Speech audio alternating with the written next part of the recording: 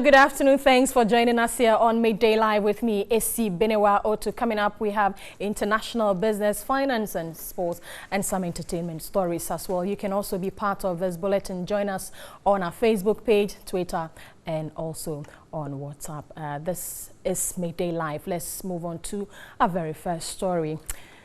The minority leader in Parliament, Haruna Iddrisu, has described as sacrilege the burning of 14 tipper trucks, an excavator and 4 motorbikes by officers of the Operation Vanguard in the Kumbungu district. Member of Parliament for the Tamale South says the rights of ownership of property and livelihood of the affected persons have been denied. We'll bring you the story later on. Let's move on to something on sanitation now. And the Accra Metropolitan Assembly has given a 48-hour ultimatum to persons engaged in any form of activity at an authorized place at Old Fadama, popularly referred to as Agbogloshi, to vacate or be evicted. The Accra Metropolitan Chief Executive Mohammed Ejaisoa gave a warning at an inauguration of a community watch committee here in Accra. There's a report by my colleague Peter Kwal Adato. Old Fadama, otherwise known as Agbogloshi, is one of the most densely populated communities in the capital. Traders and others engaged in varying activities have taken over the streets, having exhausted every available space, leading to unimaginable congestion and insanitary conditions. Most traders on the street, like Selina Fiebo, have shops and sheds in the market but have abandoned them. We have shops in the market, but buyers do not come to us, hence our relocation to the roadside. Again, the shops are limited in space, making our activities uncomfortable.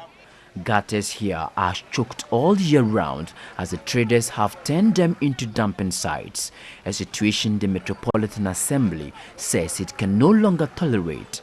Because by Monday when I'm coming with full force. I'll clamp the vehicles that have parked on the way, and the onion that you have displayed on the ground, we're going to take them away. Starting from the Abosokai Central Mosque through the Onion Market to Galawe near Ayalolo, no occupant of the street and pavement will be spared. Followed by my good friends who are the scrap dealers. They love displaying MPP and NDC flags. That's very good. But when I come, I'll be coming in the name of Ghana. I'm not going to consider any political party that wants to Mohammed Ejaisoa also has plans on sanitation in the area. And in front of you, if I see the debris in the gutter, you are the one who did it, and will issue summons to you.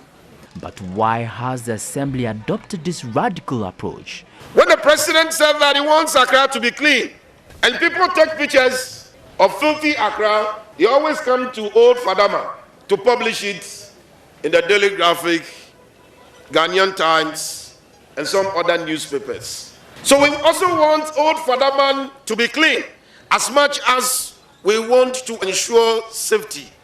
This will be the next major decongestion exercise by the Assembly this year after it cleared the Central Business District, Kwame Nkrumah Circle and environs in February.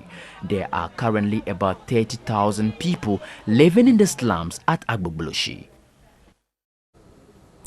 Well, let's have a conversation on the back of this particular story with Benjamin Arthur, and he is a former executive secretary of Coalition of NGOs in Water and Sanitation. Good afternoon, Mr. Arthur. Thanks for joining us here on the Midday Live. Good afternoon. Pleasure to have me. Well, so what do you make of the decision of the AMA to evict some of the traders at Old Fadama to improve on sanitation in the area? Again, thank you, and good afternoon to your viewers and listeners. I think this is not the first time we are hearing this approach to sanitation services delivery in that area. The past government actually did this, but it didn't end anywhere because the basic things that we expected to put in place, we could not do it. We were supposed to resettle them at Ajin Kotoku and other areas. What happened? The point is that we have accepted these people to be there. And we go there and we collect tolls and tariffs from these people. Technically, it means we have legalized their stay. We are now going back to ask them to go and leave that place. Where are they going? Okay. And so we put a plan in place because they are also citizens of Ghana. So we have to put something in place for them to be able to assess what is happening to the Agent Kotoku project. Because if we don't put a place around and resettle them, they will go and they will come, another batch will come and add. Secondly, and for long term, where are these people coming from? We have to go back to study where they are coming from, what is happening in those areas.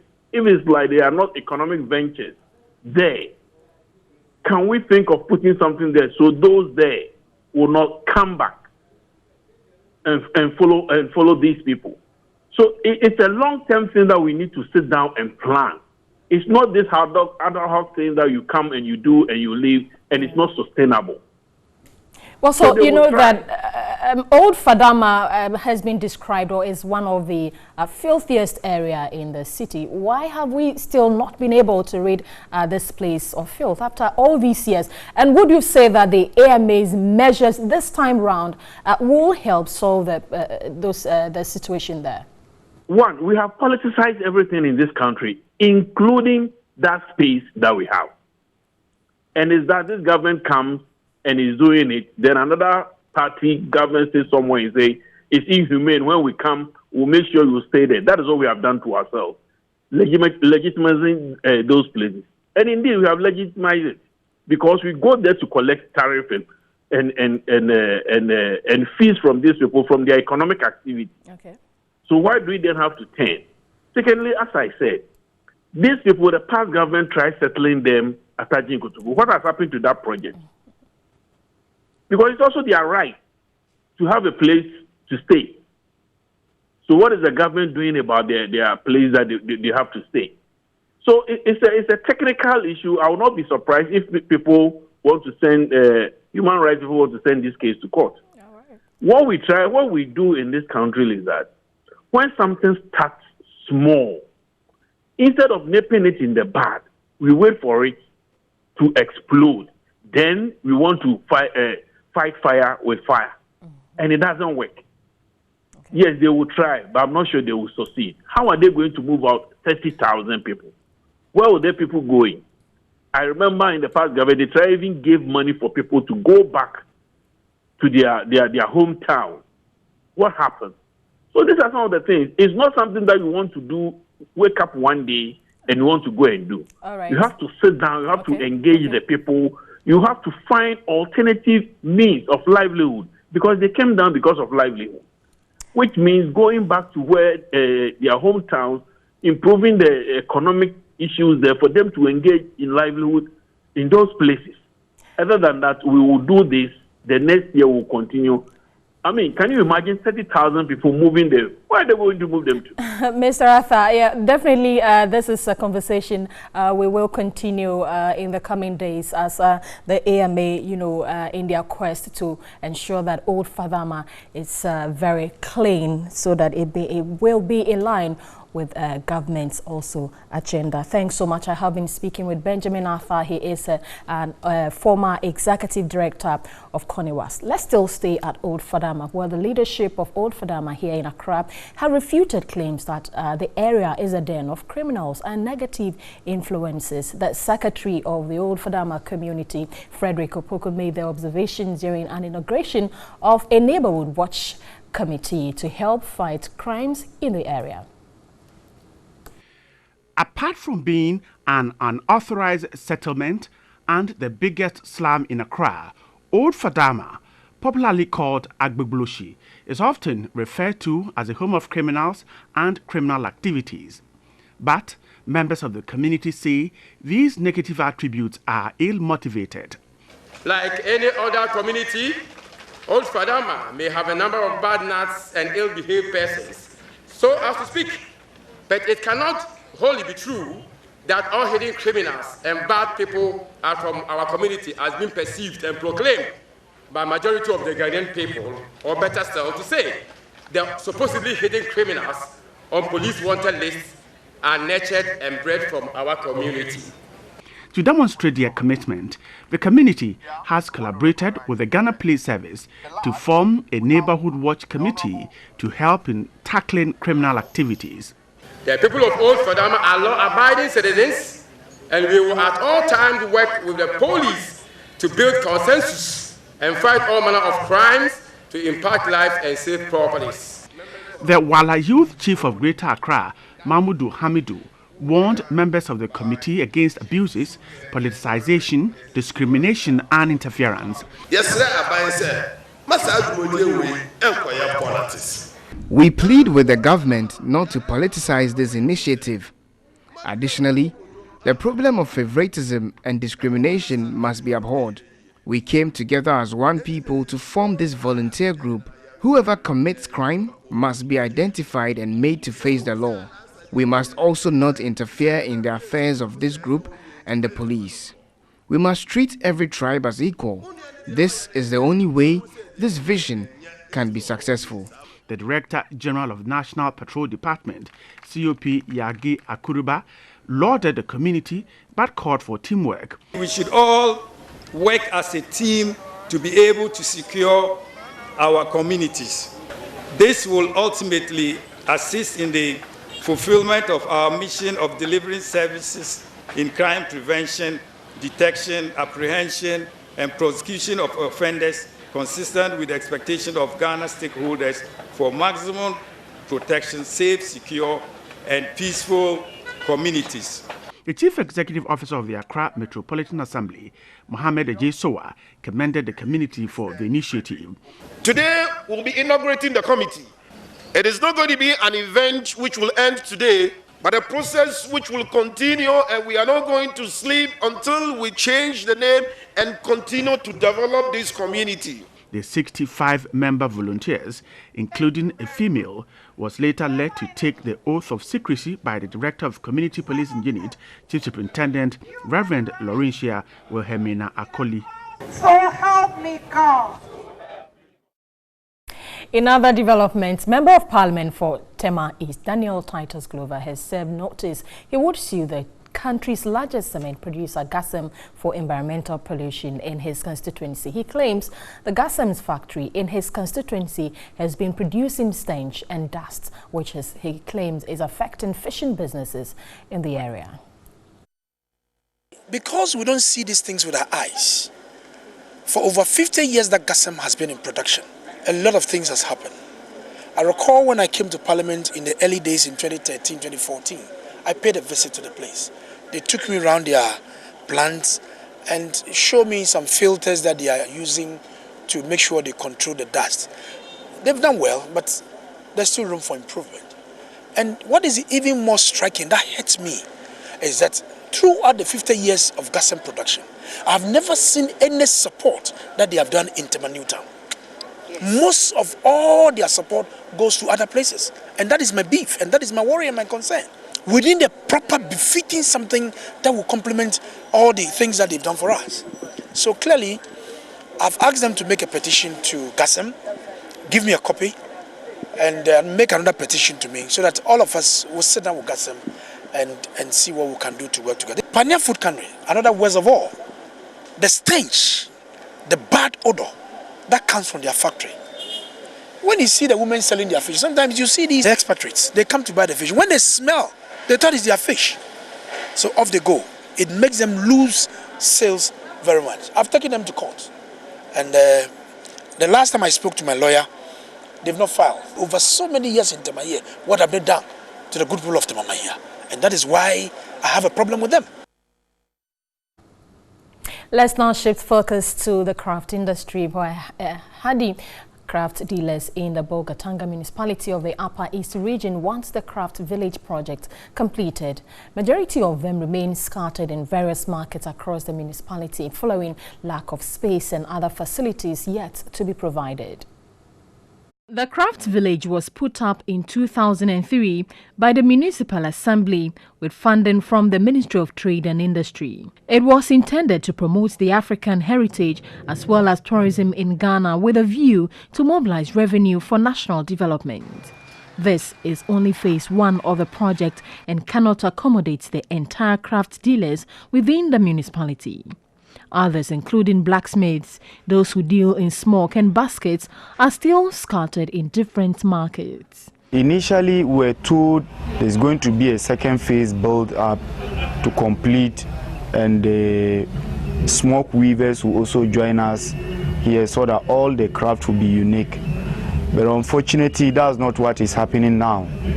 A restaurant, barbering salon, internet cafe, restrooms, a drugstore and shopping mall are yet to be constructed, a situation which has led to low patronage.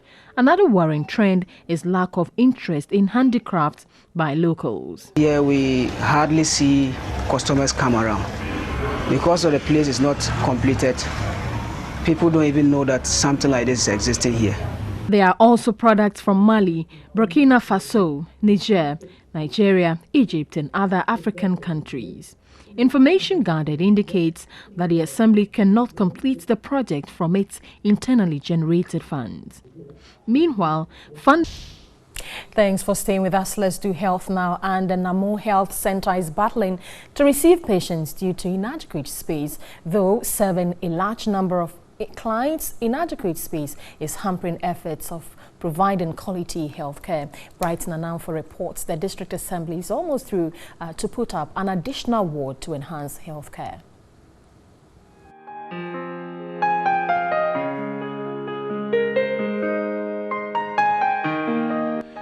Over 14,000 people access healthcare from this building. The Namo Health Center is close to the Ghana-Burkina Faso border. Healthcare at the doorsteps of the people, and yet undue pressure due to large numbers. You can see how we are congested from one corner to another corner. Look at the folders. We want to build the shelf. There's no space for us to even keep that shelf and put the folders in for filing. And when clients come, you have to be moving up and down. Very, very difficult. If there are 2 or 3 women to deliver, some will have to lie on the floor. The space is just not there because this facility wasn't meant for the kind of population we are having now. The facility is well staffed. A physician assistant, 2 midwives, 9 community health nurses, 6 enrolled nurses, 2 staff nurses and 1 disease control officer. Yet space is a challenge, especially for pregnant women. Healthcare providers will, however, do all it takes to save pregnant women. And this is a real worry for staff, seeing clients and having difficulty caring for them. For healthcare givers at Namo, they are ready to give off their best. At the OPD, you come and see the staff nurse and the midwife, they are working together. If there's emergency, they are working together. So because of that, the people in the community here, they really appreciate what we are doing. The district health management team says more space means improved work. The Namo, yes, we have cried so much, and it's in their budget. That has been captured in the Assembly's budget. So we are hoping that as and when there is money available, they'll be able to do something. Apart from the space, the facility is well equipped, but the space is actually challenging. The Assembly is strategizing to deal with the challenge.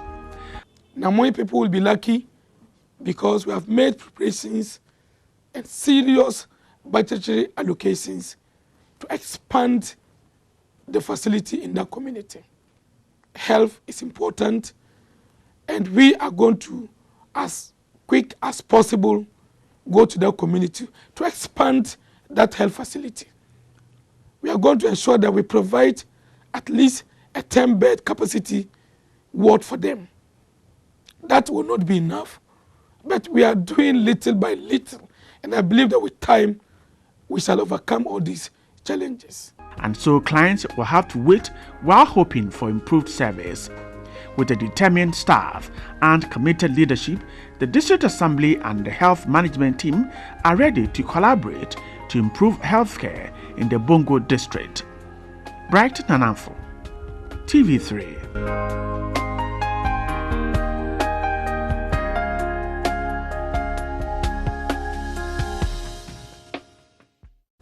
Away from health, let's do education. And the neglect and lack of attention to the education of persons with disability is slowing efforts at integrating them into society.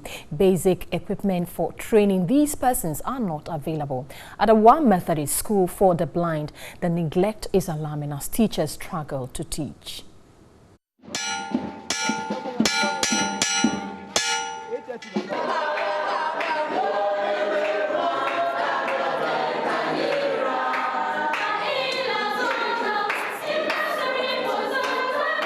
Like terms. Like terms. What are they doing? It is a difficult life, one that is not normal. They are at a disadvantage, but many have landed here. Some can partially see, while others are totally blind. They are here to acquire education, but it is a dream that comes with a lot of difficulty.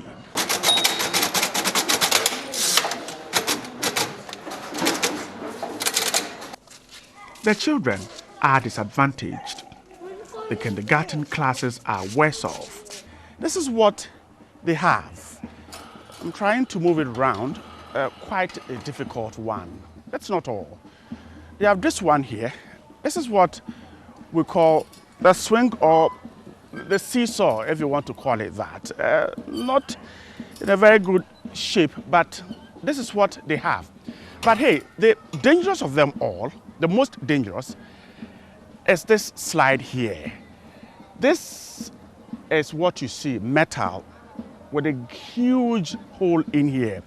Kids are supposed to sit on this and slide down. But certainly, this is not an ideal situation. They simply can't use it. And you can see that for days, months, and perhaps years, it has never been used. The playground tells a tale of neglect. In fact, nothing for them to play with. We really struggle. There's a time they need just to go out like the sighted children, just to play with things like seesaw. The instruments that the sighted people have as KG, but we don't, none is here. In fact, we struggle. The school has not even given thought to getting the playground fixed due to the challenges with funding for other equally important activities.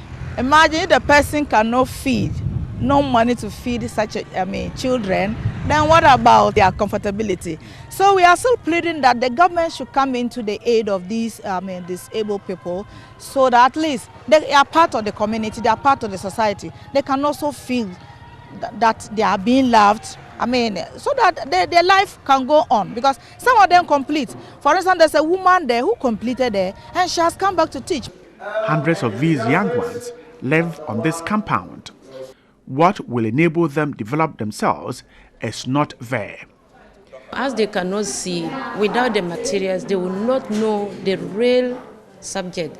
Even though they will know what you are teaching, but they always want to have the feel of the object that, or the real thing that you the teacher wants the children to grab.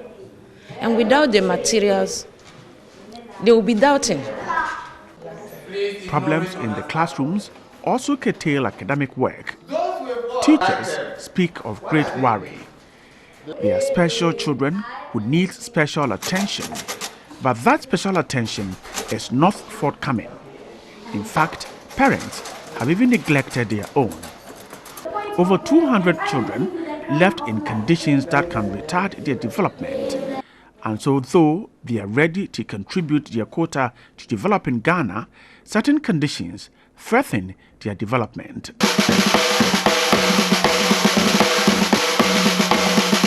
As they rehearse to take part in the Independence Parade, there's one thing on the minds of these children at the Wa Methodist School for the Blind, and that is what is told by the officials. I also inquired how the various assemblies where these children are coming from, because they are coming from all over the country. Some are from Upper East, and the districts, the various district assemblies that support these disabled children in the various districts, the common fund that comes in the name of these disabled people, persons, they call their parents and then they give the monies to them, and they don't give any money. As soon as they put the children in the car and they come, that ends it. So sometimes provisions like soap, like toothpaste and other things becomes difficult for them. Though lucky they find themselves here, school officials say this should not be the end to supporting the disadvantaged. Effort to support unfortunate ones should be increased.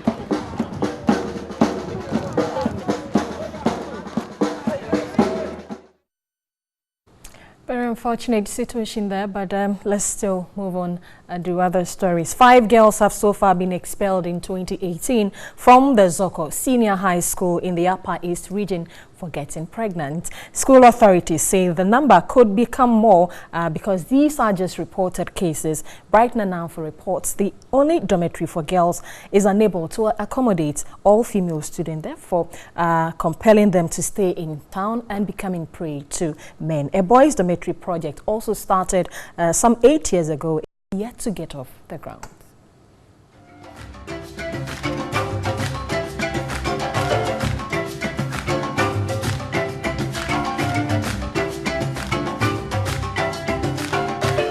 A lot. For this year, we have sent more than five girls who were pregnant, and we gave them letters to go and deliver.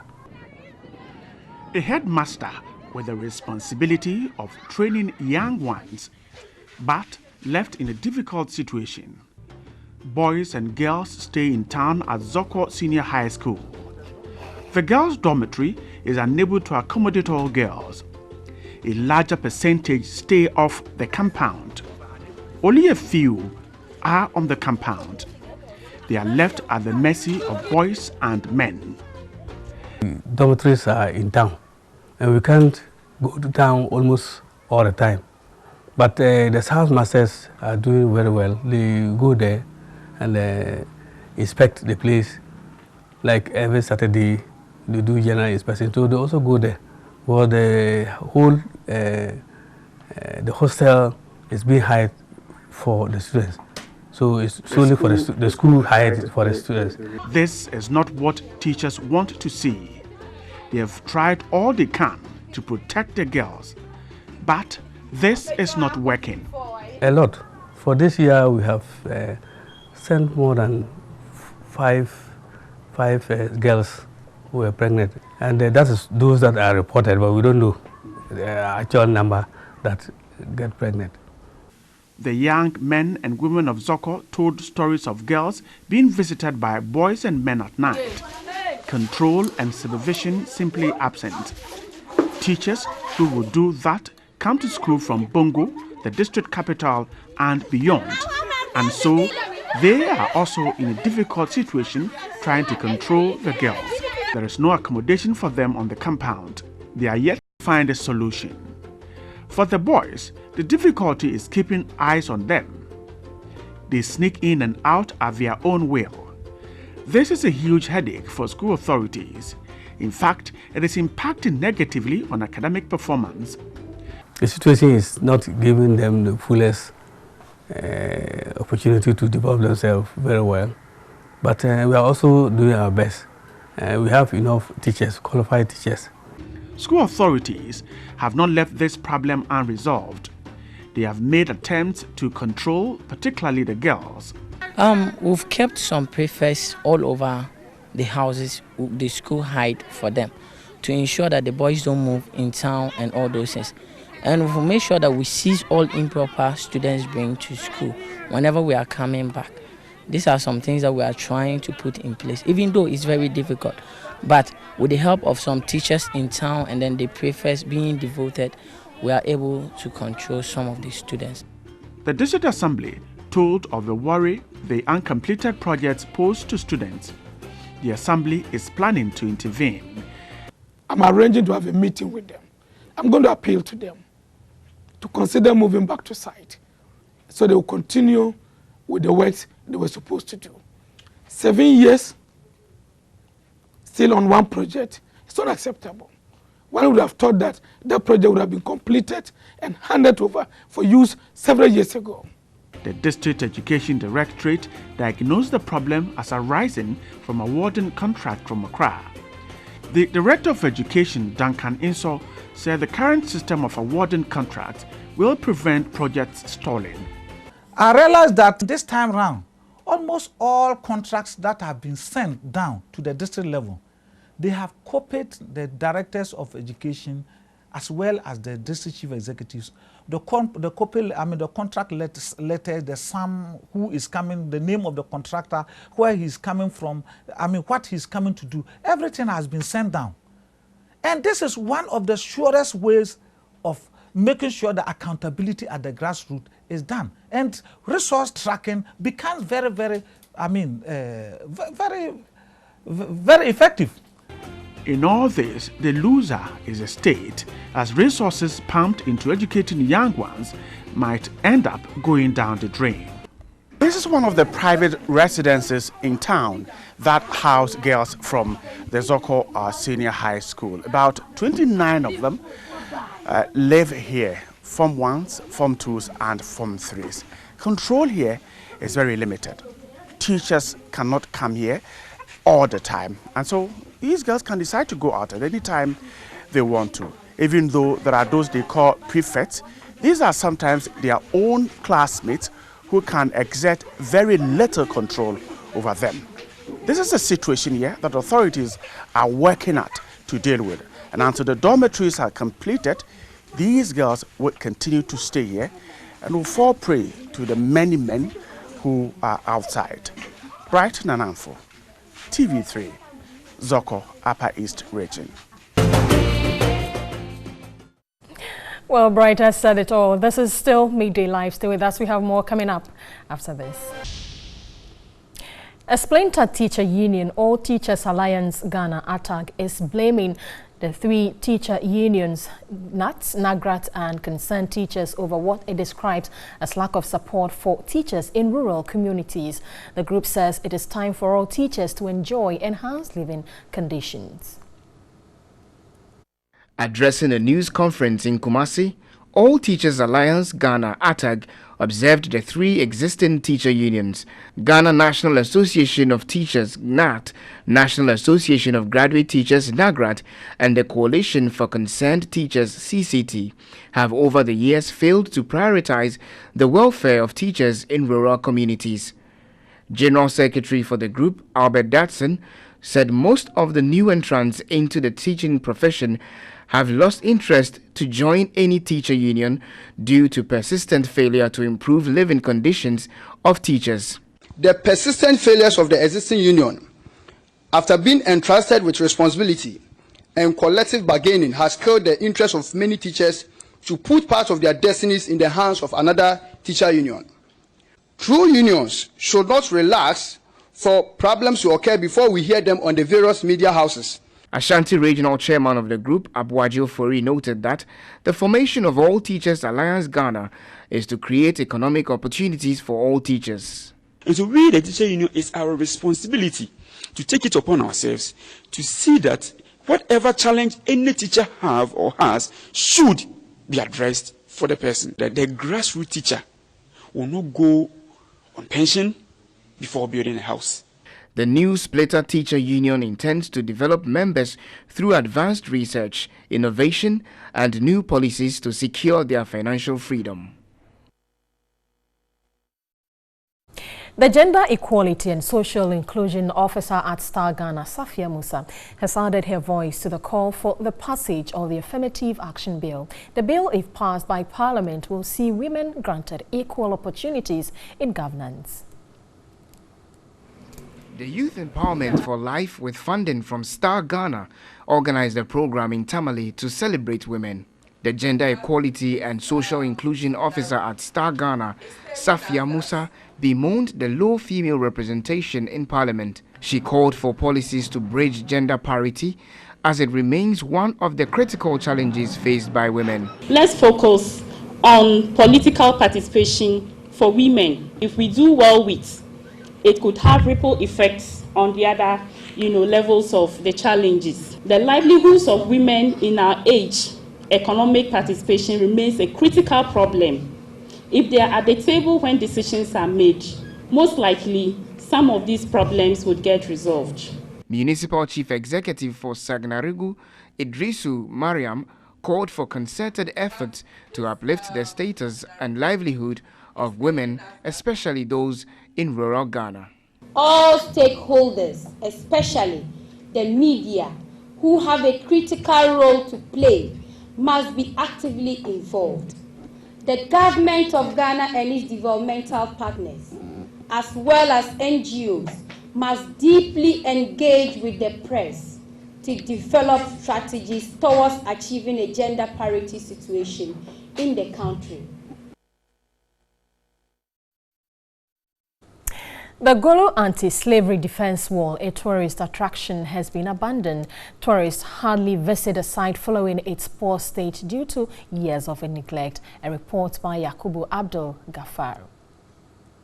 The wall was built in the 19th century by Golu Goro Liman as a defense against slave traders. The wall is another heart-rending reminder of the ancient slave routes that led through the region. It has deteriorated as a result of persistent rains and harsh weather conditions. To help preserve the site, management has put up some makeshift structures. Also at Swolo is the graveyard of Dr. Hila Liman, Ghana's third Republican president, which has been left unattended. A tour guide, Haruna Liman, said patronage was not encouraging. He spoke about other challenges. The biggest challenge is that the site is not well secured. This is a road, so tourists stand by the roadside and take pictures instead of coming to us. The Sisala West District Chief Executive, Bako Zakaria Mohammed, expressed government's determination to develop tourist sites. Most of our tourist sites writes or talks about our history, just like the slave defense wall. And the government, that is why he established a full ministry. The ministry is working hard, consulting and calling some of us, the MMDCEs, finding out some of the tourist sites. And they are eager to come in to possibly uplift the images and some of our tourist sites. We'll be back with sports news. The sports segment is brought to you by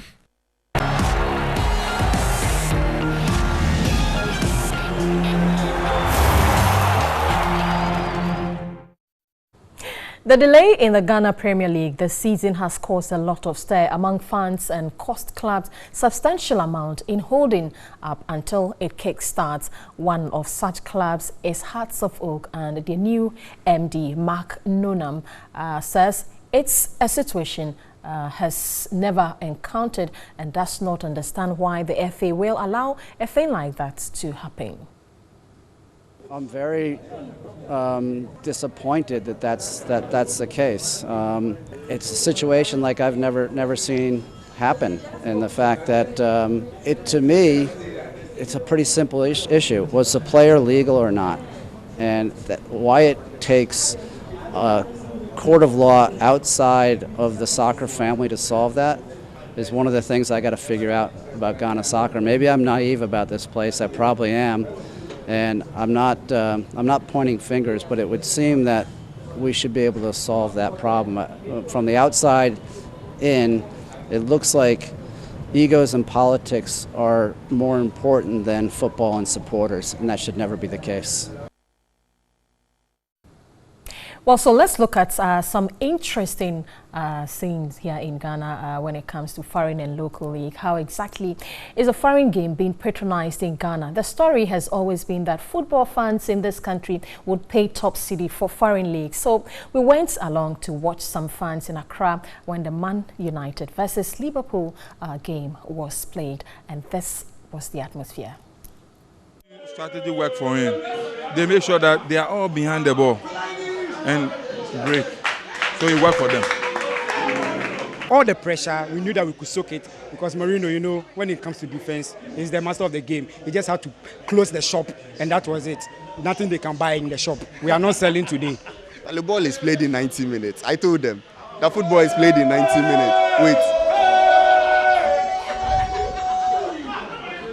Okay, so you know football is played in 90 minutes, and such games you don't use form. If it were form, we would have been leading by now. But I believe in the comeback.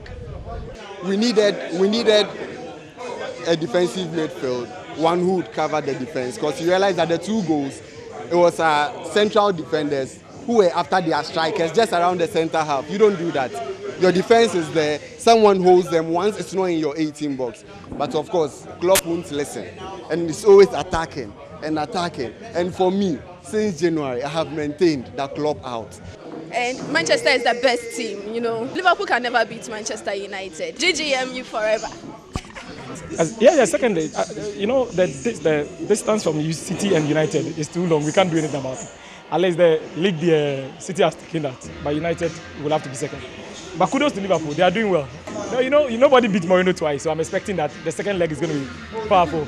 It's a typical Mourinho style of pragmatic, and we won it. You do their pressing, I think they break, and so I think it was a better game, and they deserve the win. We're waiting for Liverpool to lose because they'll have a game with us at the Stamford Bridge, and we are going to beat them by 3-0, and we'll go back to the top 4. So it was a good game of football. Liverpool had their chances, but Jose Mourinho's team were stronger. No, Liverpool obviously is not going to leapfrog us. That one I can bet my head on it. So I mean, it's not even up for discussion. Yes. So we are still in our comfortable second position. Well, we'll see how it will turn out when it's local teams that played. Let's move on. And Barcelona overcame the absence of prolific goals